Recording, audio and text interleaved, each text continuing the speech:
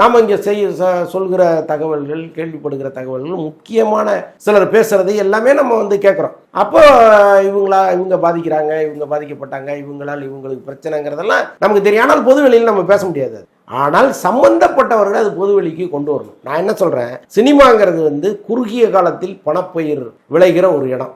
நீங்கள் ஒரு படத்தில் நடித்து ஹிட் ஆகிட்டீங்கன்னா அடுத்த படத்தில் உங்கள் ஆயுளுக்கு தேவையான பணத்தை நீங்கள் சம்பாரிச்சிடலாம். இதுவே நீங்கள் வேறு துறையில் வேலை செஞ்சாலாம் முடியாது. சினிமாவில் அது நிறையா கொடுக்குது. ஜனாதிபதியை விட அதிக சம்பளம் இங்கே சினிமாவில் ஒரு துணை நடிகர் வாங்கிட்டு போயிடுவார். அப்போ நான் என்ன சொல்கிறேன், நீங்கள் சினிமாவுக்கு வரும்பொழுது ஒரு கனவோடு வரீங்க, ஒரு படத்தில் நடித்து உங்கள் கனவு நிறைவேறிடுது. 2வது படத்தில் நீங்கள் நினச்ச சம்பளத்தை அடைஞ்சிடுறீங்க. 3வது படத்தில் உங்களுக்கு ஏற்பட்ட அநீதியை சொல்லுங்கள். அதுக்கப்புறம் பாசிட்டிவாக நடந்தால் சரி, நெகட்டிவாக நடந்தாலும் சரி, உங்களை வீட்டுக்கு அனுப்புகிற முயற்சி நடக்குதா, போங்கடா நான் வீட்டுக்கு போகிறேன், நான் வந்த கனவு எனக்கு நிறைவேறிடுச்சுன்னு போயிருங்க. யாரோ ஒருத்தனை போட்டு கொடுத்து போயிருங்கன்றாங்க. அப்போ தான் இப்போ கேரளாவில் இனிமேல் தவறு நடக்குமா?